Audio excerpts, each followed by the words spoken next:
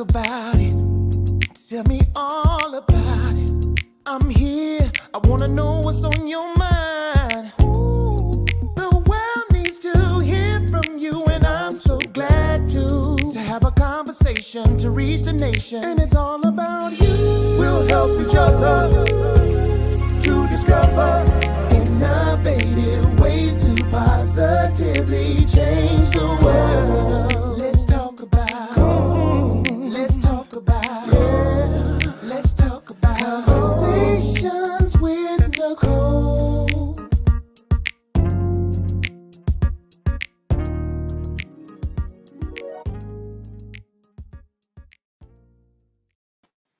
Greetings. Happy Wednesday. Welcome to Conversations with Nicole. I am your host, Nicole Everett, and Conversations with Nicole is a talk show based here in Tallahassee, Florida, focused on connecting the community through conversations. Happy Wednesday. It is what I call Wellness Wednesday, and this is an opportunity for you and me to have a conversation with my special guest. This is an interactive live, so I do expect to hear from you in the comments with questions and such. So if you would, in the comments, put in your city and state so that we will know where you are tuning in from, and we'll give you a shout out as we get ready to get started. Hey there, Princess. Thank you for tuning in. Princess is right here in Tally. We have Miss Lanisha Thornton, who's here in Tally as well. Thanks for tuning in. And Miss Mika Latoya Henry in Tally. Thanks for tuning in as well. So I have the great pleasure of introducing Mr. Brandon J. Johnson. I actually met him on Instagram not long ago, which it just kind of blows my mind how now, with technology, we are so much closer than we probably ever have been before. I didn't have to fly to Baltimore to go meet with them or anything like that. It's just a matter of sending him the link and bam, he's right here, right? So we got a few more people chiming in. Hey, Latanya in the ATL area, Ozzy, another clinician in the Virginia Beach area. Greetings, Janelle from Tallahassee. Hey, Rashonda from Tallahassee. Greetings, Javon from Atlanta. So the whole gang is here, which is great. We are live on Facebook, on YouTube, and on Roku TV via the Greater Works Network. So tell your friends, your family members, your co-workers, everybody, they need to be on here because we have got a great conversation tonight. We are talking about suicide in the Black community. And I think I have got the right man here to talk about this very important topic.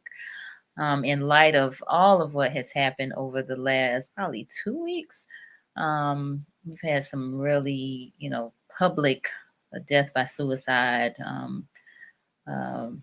cases, if you will, that have taken place. So it's very timely, and I have mentioned a few times that I probably will have, as long as I'm doing these mental health talks, someone to talk about suicide at least once a month because we just can't talk enough about it. So heavy topic, but we gotta peel back the layers and get this out here. So I see you, Beth. Thanks for being here. Appreciate you. That's my LT classmate right here in Tally.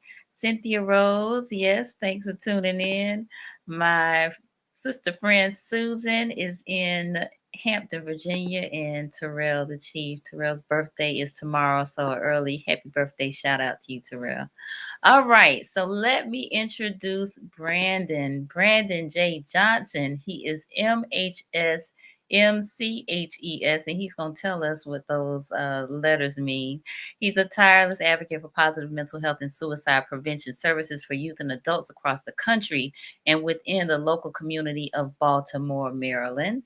He is a subject matter expert in suicide prevention with a particular focus on suicide prevention planning and suicide prevention strategies for Black youth. He earned his bachelor's of Science degree from Morgan State University, HBCU Love, in 2008, and a Master's of Health Science degree from Johns Hopkins University in 2012. In 2020, he earned the Master Certified Health Education Specialist, which I'm so fascinated about, credential from the National Commission for Health Education Credentialing. He is the creator of the Black Mental Wellness Lounge, a YouTube channel dedicated to discussing Black mental health and healing. And actually, I followed him on Instagram. So you all need to too. Black Mental Wellness Lounge, and it's dedicated to the promotion of Black mental health tips, education, and resources for the community. The mission is to create content on Black mental health that anyone, whether a professional in the field or not, can use to increase their knowledge and awareness of the specific mental health needs, challenges, and assets of Black people. He's got a bunch of other stuff that we can talk about as well, but we want to get to it right now. So help me welcome Mr. Brandon J. Johnson. Hey, Yay! thanks for having me. I'm so excited to be on. I was like, I really, since we connected, I was like, I really have to work on my theme song game. Like Ah, I thought mine was good. And then when I found your page, I was like, okay, I need to go to work. I need to get something like that. yeah, my people here, they hooked me up. So I'm Definitely, yeah, I love it. yes. Thank you. I appreciate it. So, Brandon, tell the folks who is Brandon. I already told them what you do, but tell them who is Brandon J. Johnson. Absolutely, Brandon J. Johnson is a born and raised Baltimore boy. Um, Here from Baltimore, Maryland, born and raised. Um, Essentially, I've really just kind of dedicated my work to this space. I'm also a husband. I'm a dad of two amazing kids, Nicholas and Anastasia, who I hopefully going to sleep right now, but 10 and 8 years old. And yeah, like you said, went to the illustrious, the magnificent Morgan State University here in Baltimore, as well as Johns Hopkins University. And so I love talking about this stuff. I'm a huge sports fan. Also, I'm a huge sports fan, fanatic. And yeah, that's a bit about me. But I'm so excited to be on and kind of have this conversation. Absolutely. Y'all see how he threw out that whole illustrious, Listen, magnificent. Yeah. Let's, look, I have on my Morgan colors right now too. This is Oh orange. You my can't see the gosh. blue, but this is blue. So that's my Morgan made me. So Again, we gonna leave it there. It's like, yep. So y'all, when we talked on the phone, I was telling him about the Florida Agricultural and Mechanical University. He was like, you know what? I'm not even gonna go there with you. So HBCU love. absolutely, absolutely. So tell me a little bit, and I mentioned this in reading your bio about Yeah. your specialty in this Master of Certified Health Education. Tell me a little bit about. Yeah, absolutely. I've had it now for about a year, but essentially this credential is from the National Credentialing for Health Education Commission. And so essentially what that is, I see the fan you love. Like, I love y'all too. One of my good friends with the family. But essentially, so I am a Master Certified Health Education Specialist. So there are two credentials that they give out. One is a certified health education specialist, and the other is a master certified health education specialist. And so you have to have a certain amount of years in the field and have to sit for an exam. And essentially, what the credential says is that you are equipped to really deliver health education, but beyond that, able to deliver health education, to create health education and awareness programs, to develop programs for behavior change, to really be able to evaluate if your program is effective, to be able to Mhm. understand and go into a community and figure out and talking to them where the problems are, and you're able to develop programming to create solutions. So it really is a well-rounded way of being a part of public health. And so Mhm. like my master's degree is a master in health science. And so when people hear that, they're like, what does that mean? It's basically a public health degree. Um, my concentration at Hopkins was mental health. And so I did that work there. And so the MCHES, as it's called, essentially is my way of letting the field know that I can build public health programming for universities, organizations, businesses, faith-based organizations, etc. I am your guy when it comes to that. I love that. So I also work in the public health space for DOH here, community health around behavioral health navigator, mental health, and substance abuse. So, our whole team is like out in the field creating programming, Hmm. with businesses and organizations throughout the community. So I get all of what you're saying, which again is so fascinating to me. So thank you for sharing that. Of course. Okay, so again, heavy topic, but you have worked in this space, so I'm gonna kind of let you, you know, just kind of start. Just I don't, Sure. I'm kind of I'm Yeah. overwhelmed because and I will just say this, y'all. And again, this is interactive, so please, by all means, to the extent this is a safe space too. So, Hmm. please feel free to share. But we've had death by suicide by Ian L. Alexander Jr., which is Regina King's son, age 26. Former Miss USA 2019 USA. Uh, Chesley Chris 30, age Hmm. 30, and then Hyattsville, Maryland mayor Kevin Ward, age Yeah. 44, all within the last 2 weeks. Hmm. And so this is so heavy. It's so heavy. So talk to me about suicide in the Black community right now. Absolutely. So first of all, I definitely want to again thank you for even having this conversation. This is a conversation that we need to be having more of, really engaged in what this issue really means for us. And so just to give a little background, like I've worked in the suicide prevention field for 9 years now. Um, and so this is I'm not representing the feds on this, but I do work for the federal government. I work for Substance Abuse Mental Health Services Administration, and I work particularly in the suicide prevention branch. And so I lead a number of projects, a number of grant programs around suicide prevention across the country, and I'm also the agency's subject matter expert on Black youth suicide. So, and Mm, usually, typically, anything that comes in around that, I'm usually the person that gets assigned to it. Um, and before that, I was Maryland's director of suicide and violence prevention. Um, so I've been in this field for a bit now, and I can say suicide is one of the things that we just don't talk about enough in our community. mhm. First of all, suicide has been a public health problem for this country for a very long time. But not until COVID knocked it off, but suicide was the 10th leading cause of death for decades, Hmm. right? Like decades. And I don't think many people know that we have more individuals in this country die by suicide in a year than we do homicides. Like Hmm. most people don't know that or aren't aware of it, right? And Yeah. so the country as a whole has been dealing with this, and for a long time suicides were considered something that only happened in the white community. It was Right. not something that we did. It was Mm-hmm. a white people thing. We didn't encounter it.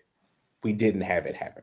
Mm-hmm. um, as the rate started to go up, and consistently the suicide rate in this country has gone up for maybe before it went down last year. It was might have been the first time in at least 20 years that the suicide Mm-hmm. rate actually went down. So this is a tough thing, right? That we're seeing, and there's so many different initiatives, so many things going on here, and so everybody's kind of keenly looking for how do we impact the suicide rate of middle-aged white males? Because that's it, right? Like that's the largest number. However, if you go into the rates, what we were seeing was that while the overall rate was continuing to go up, we were seeing the big numbers in the middle-aged white males. What we were seeing, what was happening kind of under the radar, was that suicide rates for the African American community were continuing to rise. Mm. And, as we're watching this go on, because the numbers, because we only represent around, was it 17% of the population? I forget the Mm-hmm. percentage.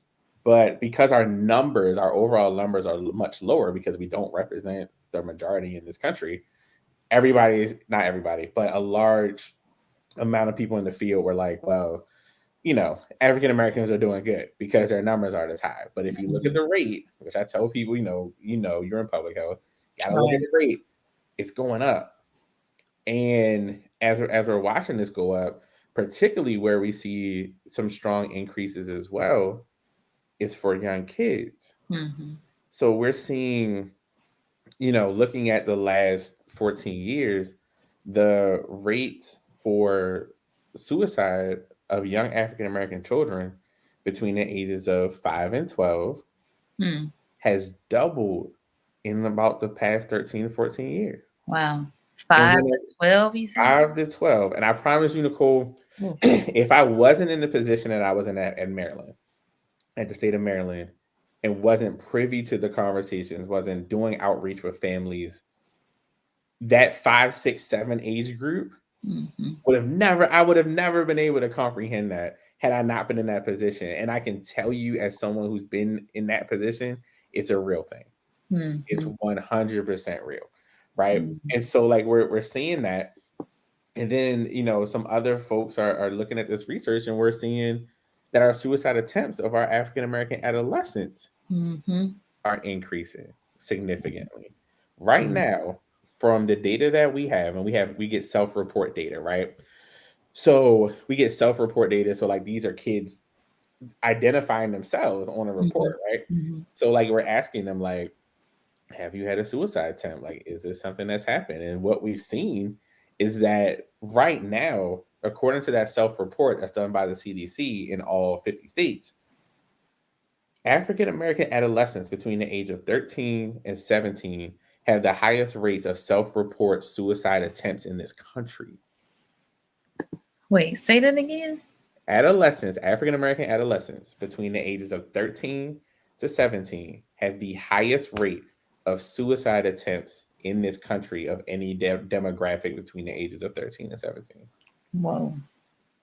So again, this stuff is happening under the radar because as a field, again, the key point is like we're locked into middle-aged white males. We're like we're on it. We gotta see what they need because this number's so high. But like we're watching this happen right and again, there's so many Black researchers and researchers and educators and doctors and people who are like screaming like this is happening, Yeah. right? But again, in a field, and I'm going to speak frankly today, uh, Mm-hmm. in a field that's white male dominated, wasn't getting through. So we're Yeah. watching this rate, but everybody's like, well, the numbers are still low, so Mm-hmm. everything must be okay, and it's not, No, it's right? not. And so we've also seen particular increases in, like I said, the African American rate period has gone up, Mm-hmm. particularly in African American males. Last year 2020, well, not last year now, but the data that we have that's most recent for suicides is 2020. Suicide Okay. data comes in really slow because we got to rely on police reports, chief Mm-hmm. medical examiner office reports, family accounts. It's a very technical thing, right? So it takes a while. So suicide data is very delayed in the country. Mm-hmm. So the most recent data we have from CDC's the official number, is from 2020. Mm-hmm. Everybody, a lot of people were very happy because the suicide rate went down for the first time in 20, maybe 30 years, which again, fantastic.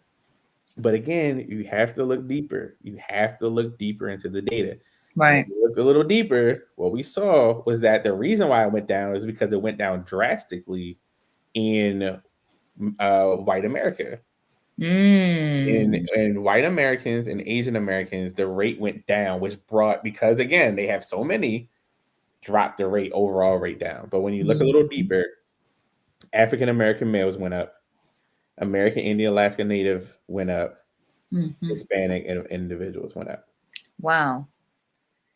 So in the middle of the pandemic, with all the things that we were dealing with, the pandemic, the economic stress, we had George Floyd, we had Breonna Taylor, we had Ahmaud Mhm. Arbery, we Mhm. had all these things in our community happening at once, and then we were Right. watching the rate of everybody go down and us go up. So Mhm. this, I can't stress enough, is an important, like, it's an important thing for us to talk about.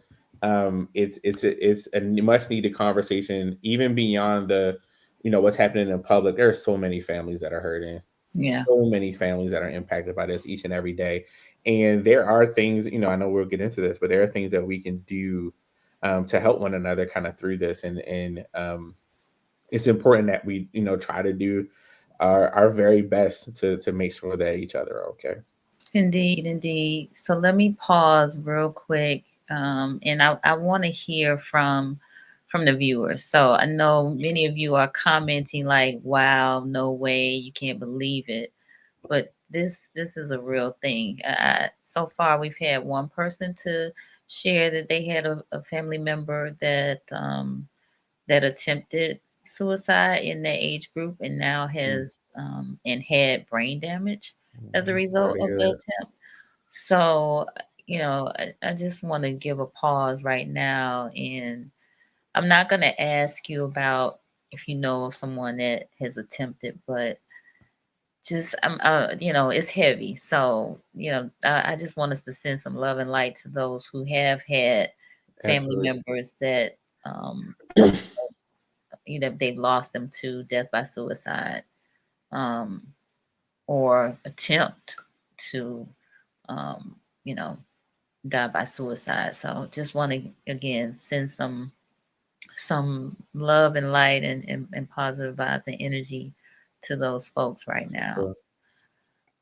Whew. Okay, so the question is, how do we prevent and or have intervention in the Black community around this? $1 million question, right? Right. So there are a number of things that I believe that we can do within community um, to really start to change this. And so sorry, Beverly, to see your comment there. Um, Yeah, it's definitely a real thing, and definitely something. I lost a former student of mine in 2020, who was a young adult, and um it really hit me hard, like Yeah. really hit me hard. And I found out right after I did an event on suicide prevention, just similar to this. I did Yeah. an event and then got the phone call maybe 10 minutes after I was done. Mm, So it's sorry. a heavy thing, right? Mhm. But starting really um individually, right? So how I like approach this, and how so many people, you know, approach this that are in this field of, like, there are things that we can do on different levels, right? So we Mhm. have individual levels, we can do things in our relationships, Mhm. we can do things community wide, and there are things that need to be done on a societal level, right? Mhm. That can really impact us. And I'll start individual, and again, at any point, if you want to jump in or if there's a question that comes in, like, just stop me. Okay, we'll Um, do. so, all right, on the individual level, I think what is really important, first of all, is to make sure that all of us are taking care of ourselves. And I mean that in a physical aspect, I mean that in a mental and emotional aspect, spiritual aspect, social aspect, but making sure that we're okay as individuals who are, a part of the diaspora is important. There Mhm. are so many things that we deal with on a day to day basis that other people don't have to deal with or deal with differently. Mhm. There are so many stressors that we have and stressors that we come in contact with, additional hurdles, things that we've been told, whether it be in the workplace, of always making sure that we're, like, you know doing what we need to do, and Mhm. making sure that we're better than everybody else, because we've always been taught we got to be 2 times better. Mhm. Like, all of those things are weights, right? And so many of us carry around these weights, whether we know them or not. A lot of Mhm. them are just implicit because, a lot of our parents taught us as survival techniques, right? Mhm. Gotta be strong, right? You gotta be able to stand up on your own too, because you don't know if you're gonna have enough people around you to support you. Um, you can't. We've been taught not to complain. We've been taught Mhm. not to express emotions, especially as Black men, because it leaves you vulnerable, Mhm. right? It leaves you open for attack if you're vulnerable and you're open. Those things, while in the right setting, are appropriate. There are some times where the weight gets too much and it becomes our deficit that we're holding on to these things without releasing them. Mm. So for me, for us, I think it's very important that we take our mental health and wellness seriously and as serious as possible and have those conversations with ourselves and being able to set boundaries. I think Absolutely. knowing where we can, if there is something that we're like, I can't do this today because I got to get my mind right today, Mhm. then do that. If there's we have some things, on jobs and workplaces that we may hold on to, like talk to somebody about those, like get those things out. I do think it's important if we can. I know there are so many systemic barriers to this, but if we can afford to and can get a mental health therapist, to get a counselor, um, Mhm. do that. That we don't have enough Black therapists right now in this country, but we got more than we ever had. Mhm. So, and right now, because of COVID, there's so many opportunities for telemental health. Right. So you can do it on your phone, you can do it on your computer, however, you can do it Mhm. telephonically, but try to connect with someone where you can be your full, unadulterated self Yes. without judgment and just be able to get off some of this stuff because we Mhm. ingest so much as a people. And I Mhm. don't think we're always cognizant of it. And if I can be personal, I Mhm. talk to my therapist. I have a therapist, Black woman. I appreciate her to the ends of the earth. And with her and in talking to her, I had a conversation with her about just the things we're talking about today, all these public figures and what it means for my work and how heavy that is. But I told her I feel like just now I really understood the weight of the pandemic. Mm. Like I felt like I was in it, but my focus was like, let me help everybody else Mhm. get through this thing. And then I had this revelation with my therapist, and I'm like, I'm not I'm not all well, right? Like I'm not all good with this. And so I think having that and having those opportunities for conversations and to unload some of the weight and then find strategies to deal with it, I think is really helpful. And so on an individual level, I think it starts internally where we talk about a lot of times you're on an airplane and they're like, in event of emergency, you secure your own mask first before securing someone else's. Mhm. It's a similar thing, right? We're not going to be able to support other people's health and mental wealth um, and mental well being if we're not okay. So the first thing I would say is just to make sure, start internally, make sure you're good, and make sure you're okay. Absolutely. So folks are chiming in. Someone actually asked, I think that Ashley, was E. He wanted to know, how does Brandon take care of himself with the load he bears? I can't imagine. bro, it's it's a lot, and it's easier said than done. Mhm. And I'm pretty sure my wife is in earshot because she would 100% say I don't do a good enough job with it. Right. Um, that I need to do a better job with it.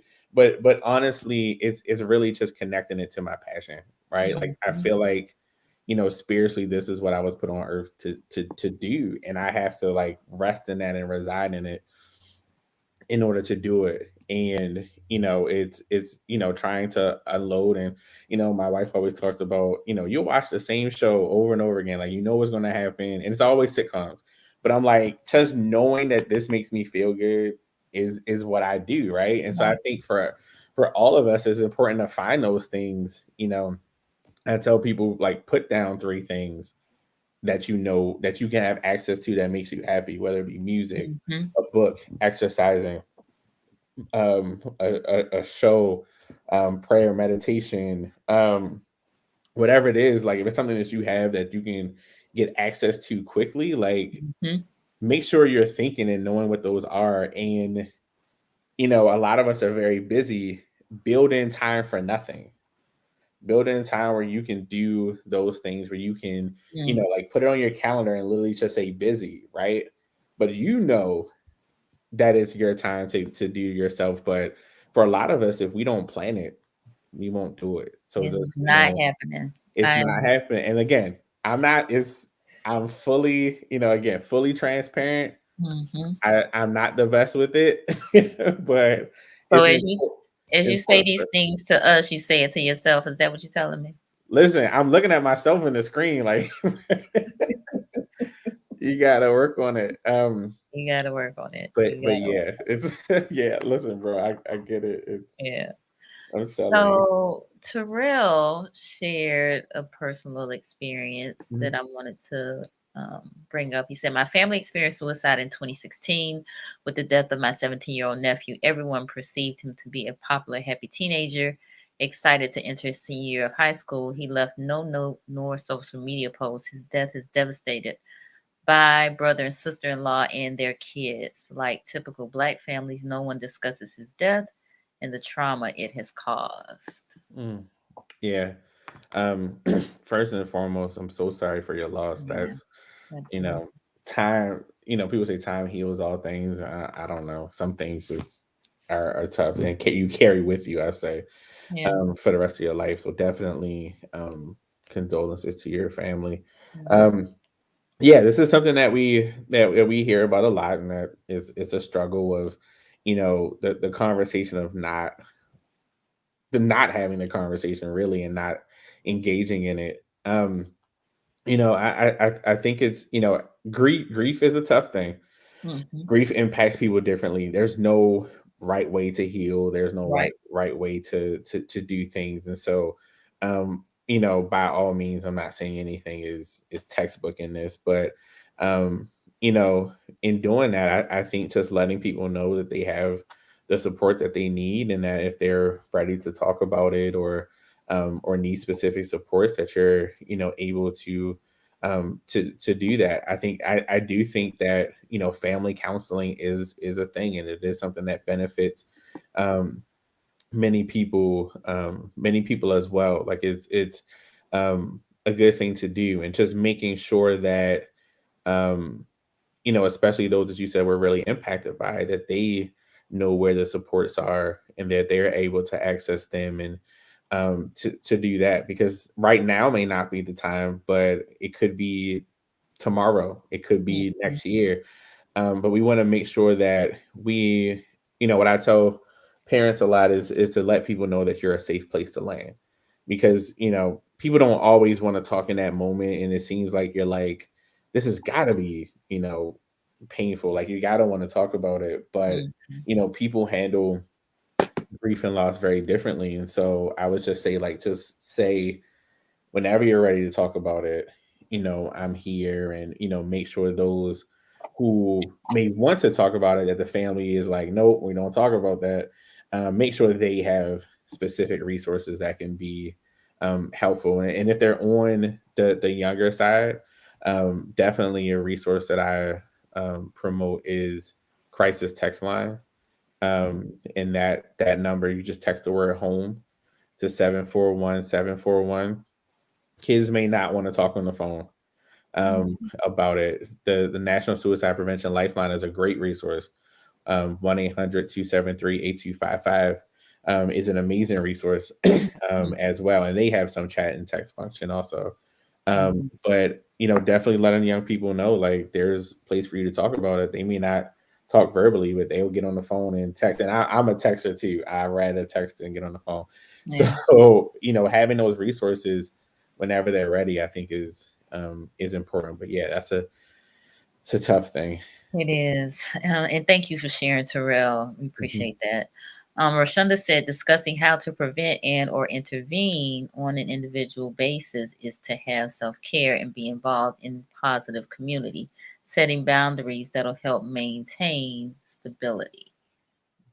Absolutely. Yeah, those boundaries are important. And, getting to, you talking about the community piece, like jumping back to that. I mean, Mhm. really, you know, we're a people that come from community, right?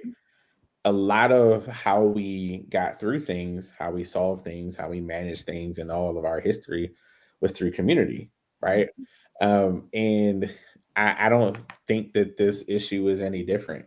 Um, Being able to build community support is really important. I think it starts on the relational level. What I tell people, especially um, uh, really Black men and women, having those conversations with someone else that looks like you, that understands your situation, can be so life changing and community changing. Mhm. I say this a lot, but it's so interesting to me because of, again, feeling like we can't be vulnerable and feeling like we have to be tough. It's so interesting, especially with Black males. You'll be in a room and it'll be a group of Black males. We're all dealing with the same stuff, whether it be money issues, whether it be health, whether it be relational, whether it be fatherhood. We can all be in the room, deal with the same stuff, and no one feels comfortable saying it out loud. Mm. Right? Like it's a weird thing, right? Like you would feel like you'd be like, man, I've been wanting to get around some brothers so I can talk about this. Like, these kids driving me crazy. Like Right. this money don't seem to catch up. Like, all this kind of stuff, but we won't, right? Like we won't engage in those conversations. And so what I tell people is if you drop your wall down and have the opportunity to talk through some of the things that you're going through with someone else, you may actually knock down their wall also. Mhm. And Mhm. then that person may go and feel comfortable talking to somebody else in their wall. And Right. then what you've done is that you've built communities instead of silos, Mhm. right? Like we're knocking down the walls and we're having these conversations to say we're all dealing with the same stuff, like whether it Mhm. be racism and discrimination, like whether it be dealing with law enforcement. Like there's so much shared trauma in our community that could be transformed into shared healing, Yeah. but we gotta start having the conversations first. And I think it starts with us kind of stepping out and being bold. But I've seen it happen so many times where it just takes the one person in the community to feel, you know, confident enough. And I'm not saying it's easy, but confident enough to go in and say that. And I think another thing that I tell people also is that if you want to share something like that, ask the person first.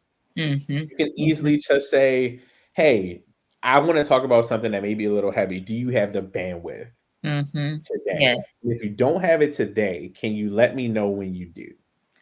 But so many times people will be like, "The second I get it, I'm gonna hit you up. If I don't have it right now, the second I get it, I'm going to hit you up. I'm going to reach out to you. I'm going to connect with you." Right.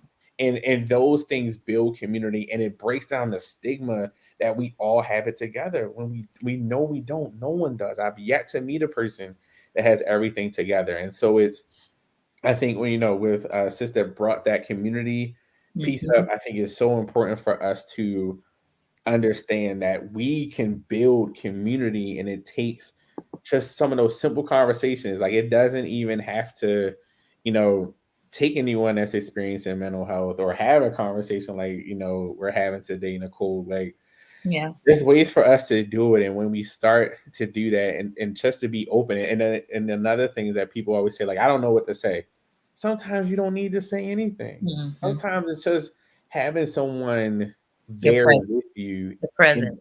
right, to be present in the muck with you Mhm. and can just take on some of that and just say, I see you, I Yeah. hear you, I understand Mhm. what you're going through. I don't need, oftentimes when we share things with one another, we're not necessarily looking for a solution anyway. Mhm. We just want to unpack. So, Juwana had a comment that I thought bear repeating, and it's that the topic is crucial and should be addressed in our churches as well. So I was curious, in terms of your experiences and your goings and comings, Yeah. have you run across any churches that have been bold enough and brave enough to handle this topic in a healthy way? 100%. Can I self Okay, promote really quickly? okay, wait, hold on. Let me get, come on, bring it. Let's go. Come on. So I actually lead in a national effort called Faith, Hope, Life. Okay. I'll put out Nicole. I'll make sure that you have the link to the website so you can post it. But it's called Faith, Hope, Life. It's a part of the National Action Alliance for Suicide Prevention. And so essentially what we do is that we're here to help equip faith communities with the tools and resources to address suicide within their community, within Nice. their church community. And this is regardless of creed or faith tradition. So we do, Christian, Jewish, all of those things. I'm sorry, my laptop decided it wanted to die. So, It's all right. No, that is so great. yes, Did not know that this existed. So faith, hope, life, yes, and under you all are under the National Action Alliance for Suicide Prevention. yes. And our website is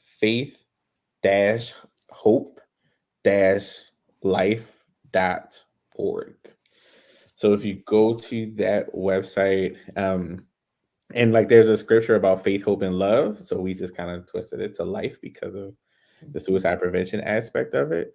Gotcha. Um, so yeah, so I've been over that initiative for the past, I guess it's close to 3 years at this point. Hmm. That I've led that. It's national. If you go to our website, we have a number of resources for different faith traditions. We even have scriptures that are connected to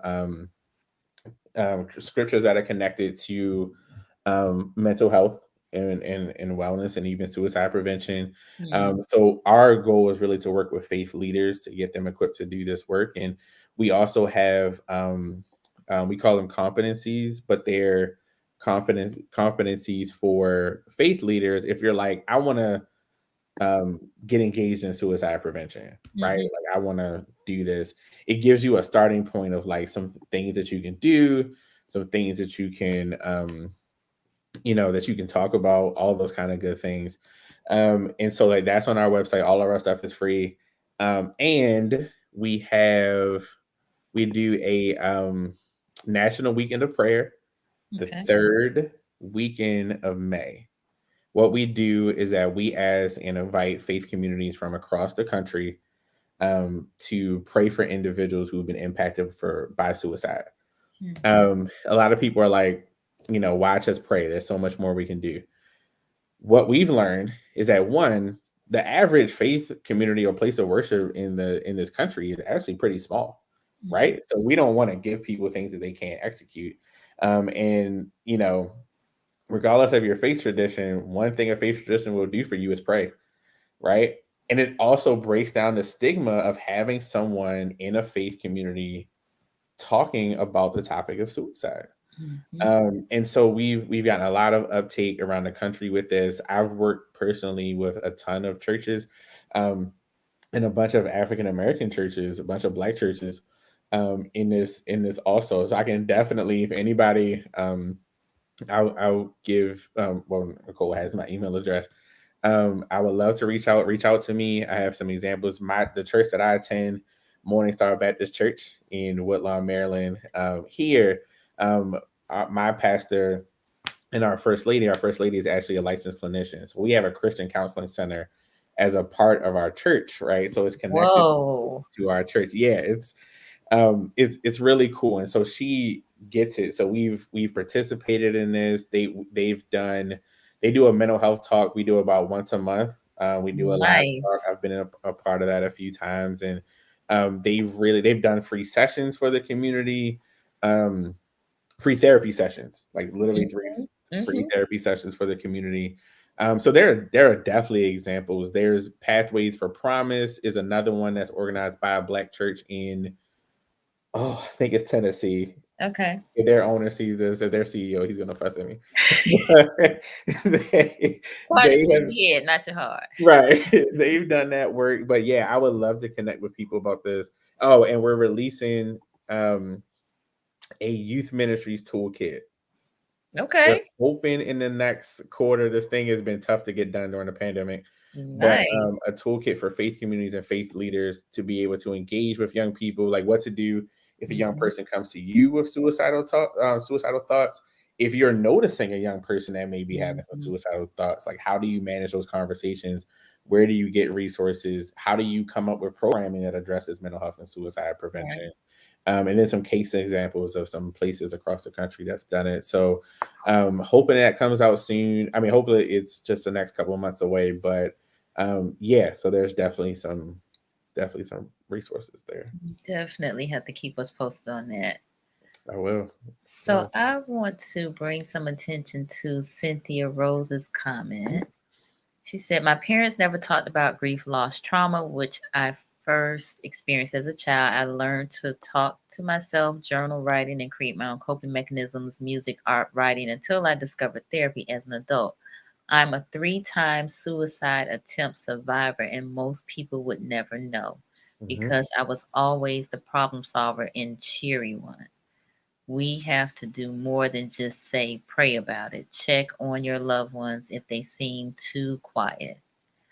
Wow. Thank you, Cynthia, for sharing and being transparent on here. So, very, very great point. I mean, I know I've heard several times people talk about check on your good friends, Hmm. right? The ones that are, or your strong friends, rather, the ones that are Right. always strong for everybody else and being there for everybody else, because sometimes they aren't good, you Yeah.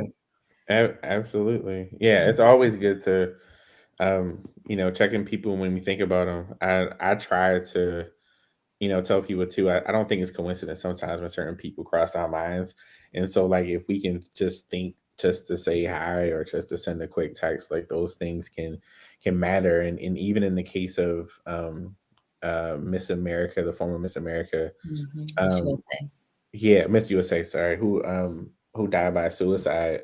Um I think her mother put out a statement today or yesterday saying that she dealt with like high functioning depression, which Mhm, essentially just means on the mhm. outside, everything Right. seems good. It seems like you would Mhm, be fine. It seems like you have what you need. It seems like you have success and you're able to, mhm, it's not impeding your ability to do anything, but there are so many of us who have those weights. And so it's such um a good thing just to ask people, or even when you're talking regular meeting up with somebody, always good to even just say like, hey, like how are you, like not just mhm, good, but how are you. And one tool that I give parents a lot when I talk to parents is to ask your kid, what are the three strongest emotions that you felt today? What are the mm, three emotions that you felt the most today?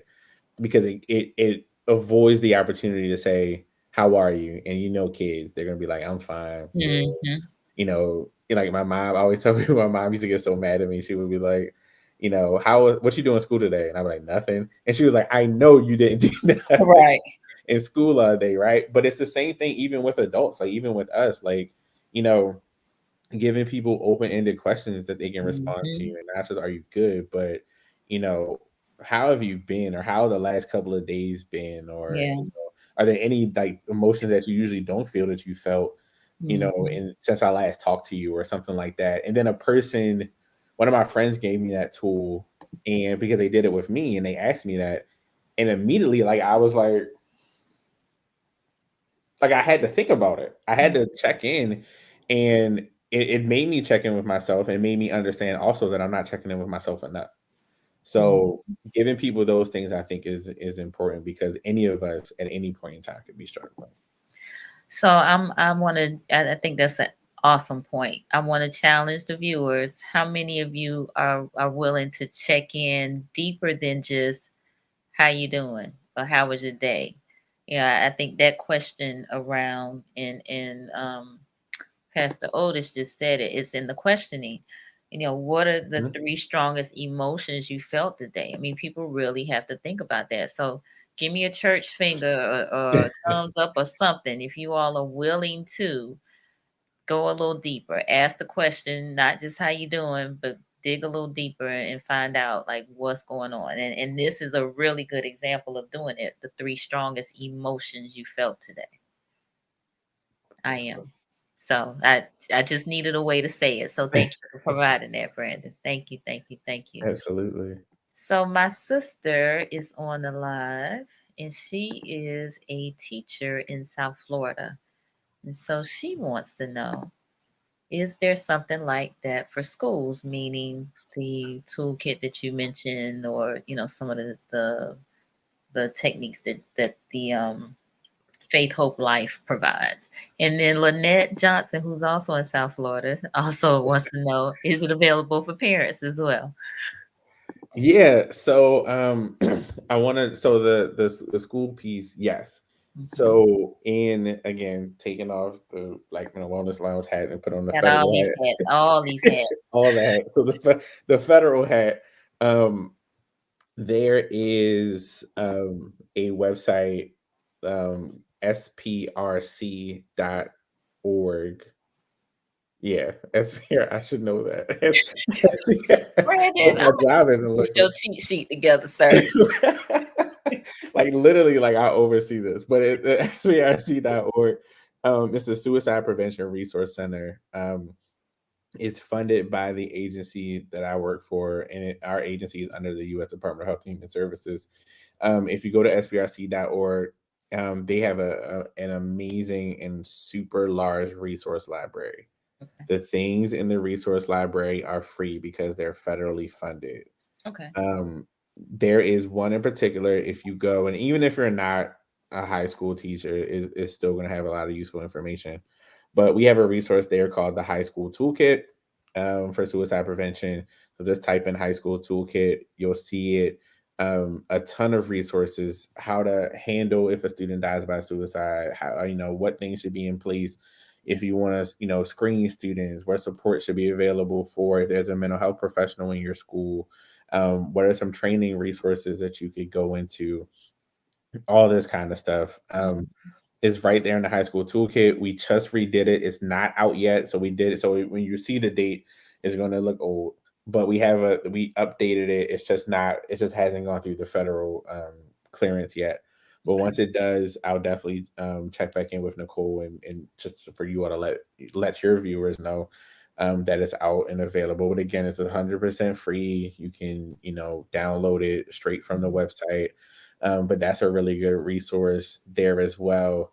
Um, if you go to, so there's some stuff there. There's also some stuff. Um, I believe the American Association for Suicide Prevention also has some as well. Some resources there. American Foundation for Suicide Prevention, AFSP.org, would have some resources for there as well. If anybody's interested in that for like college students, the Steve Fund is one that's particularly focused on Black students of color. The Really Steve. good. The What? Steve Fund, um, STEVEFUND, and they're .org, I believe, .org or .com, but they Okay. are a foundation that was started and it's named after a African American college student who died by suicide. Hmm. Is where the name of the Steve Fund, but it's Black owned, Black operated, and they produce a litany of really good resources there as well. I'm friends with some people on their staff. They're really awesome. So I would definitely recommend the Steve Fund as well. Okay. In terms of parents, there are definitely some resources there as well on sprc.org. Um, and there's another one, but I can't remember where the resource is from. But I'll get back to Nicole to give you all that one as well. So, Yeah, you um, just a whole resource list. That's listen, I'll send everything. And if parents are also interested, shameless plug, the Black Mental Wellness Lounge, we've done like 4 or 5 videos specifically for parents. It's more than that. We've definitely done at least maybe 7. I just released 2. Both of my videos from this year are specifically for will be helpful for parents. The first video was a roundtable with 4 teens from my church. And we talked about what mental health meant to them and how parents could help them. So we heard straight from young people about what worked. Best conversation ever. I loved having those kids there. So just type that into YouTube, type Black Mental Wellness Lounge into YouTube, will come right up. And check out that video. And I just released one literally last night on helping kids deal with the desire for acceptance and the desire from acceptance from social media. I had a child therapist on there and she was awesome. So just go check that out. I literally dropped it yesterday. But yeah, there's definitely some resources out there for sure. Love it. Yes. And so folks are saying, wow, there are a lot of resources. We just need to be connected and informed. This is amazing. Sure. Yes. Thanks, Lynette. Yeah, no, I'm so glad you were just dropping all of these gems tonight in terms of, what's out there and what we can do as individuals and from a group standpoint, and also knowing what to say. Because I know just regular, well, I say regular death, period. I know I'm challenged with it. It's like, what do you say? You just want to be there for the person. And of course, if it's natural causes or there was a ailment that you could witness right over time, the words are escaping me, but you know what I'm trying to say. It's It's a like different it's a different thing. Like I think the suddenness of it, the unexpectedness of it just kind of leaves you absolutely empty. And I and with questions, lots of yeah, questions, yeah, for sure, and the way our minds compartmentalize things, like, okay, they had this or that or what have you, and especially in cases where there's no note, there's no clue, and so it's a lot of guilt. It's a lot of guilt that comes up with that too. I know parents deal with that. Also, it's hard to know what may be going on with anyone, and that's not a point to of blame. At that point, it's all about healing at that point. For sure. Yeah, for sure. Wow, this has been great and a heavy topic, but I think some of the comfort, at least for me, is knowing that there are some resources out there to help folks. Absolutely. Yeah, that really is a part of, I think, just being able to do this, in this way, is knowing that there's so many, resources and things out there. And there are definitely people working and people that look like us, that are really working for this. And there's one more resource I want to mention is the ACOMA project. So that's AAKOMA project.org.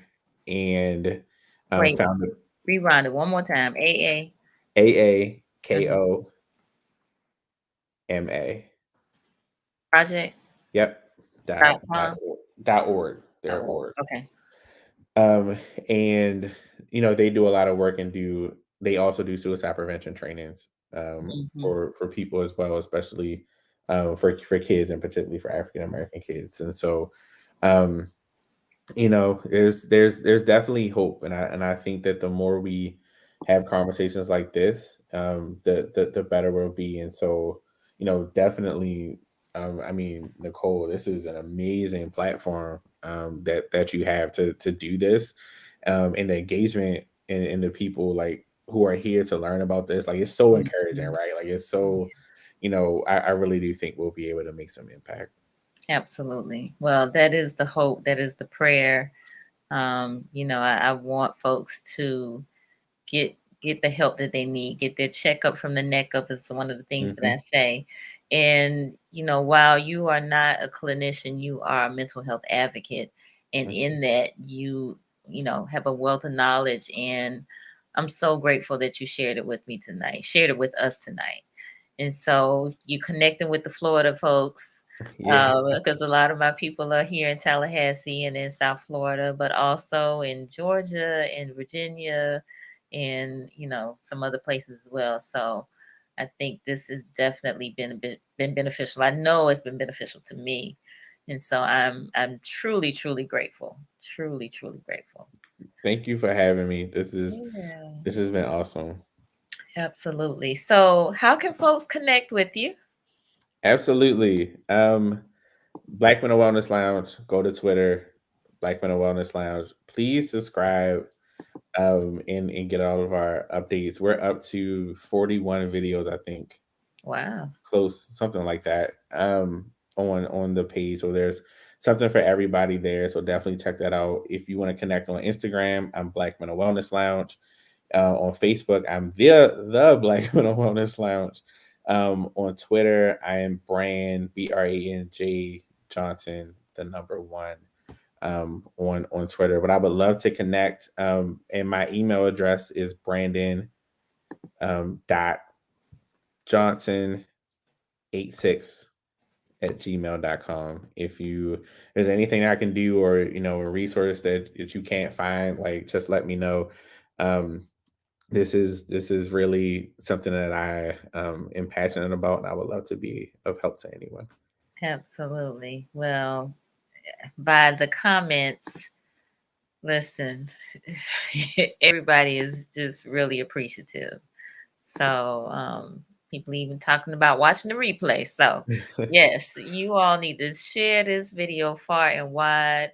And I gotta definitely give a plug for Conversations with Nicole. So if you have not subscribed to the YouTube channel, by all means, please do so. Subscribing is supporting, and we need all the support that we can get. So appreciate you all for being here. The interaction was awesome. Thank you for being so transparent and sharing your personal stories of your life in family members and folks that you have engaged with. So thank you. I'm so full. I really am. This is really, really good. Um, yeah. So anything that you have coming up, Brandon, that we need to be made aware of? I mean, I know you mentioned the kids, but anything maybe virtually that folks can take a part, participate in, or Yeah. yeah. I just did a interview on Howard University Radio. Mhm. So if you go to WHUR Washington's Mhm. website, you'll be able to see there's a podcast episode with myself and actually the founder of the Acoma Project, Okay. on talking about suicide in the Black community, and Lisa Daltrey, who is a loss survivor. She lost her son to suicide, so her perspective is amazing on there as well. On the 17th, SAMHSA is doing a Black History event, Okay. talking about mental health in the Black community as well. And so if you go to SAMHSA's website, samhsa.gov, SAMHSA. We're gonna get you a cheat sheet. We're gonna get you a cheat sheet. All these acronyms. I'm trying to talk slow so I don't mess it up. So we have a event there. I'll be doing that, and then again, if you want to keep up with anything that I'm doing, Instagram is the best way. I Okay. usually put up any speaking events there, but I would love to connect, and it's been great. You all have been really transparent and open, and so I've Absolutely. thoroughly enjoyed this. And Nicole, anytime you need me, I would love to come back. This is an Okay. awesome platform. So All I right. Let the record appreciate show. it. Okay. We recorded you saying that. So we may have you back I sooner mean rather it. than I later. mean it. All right. All right, good people. Happy Black History Month. Y'all be safe out there. There are activities going on, but again, just be safe and share this. Let's keep this conversation going. All right. Definitely utilize the resources that have been put in the chat, and take care of yourselves. Take care of yourselves and your loved ones. All right. We will catch y'all next week. We have two dynamic clinicians that will be coming before you on Mindset Monday and Wellness Wednesday. So have a good weekend, and we'll see y'all. Peace.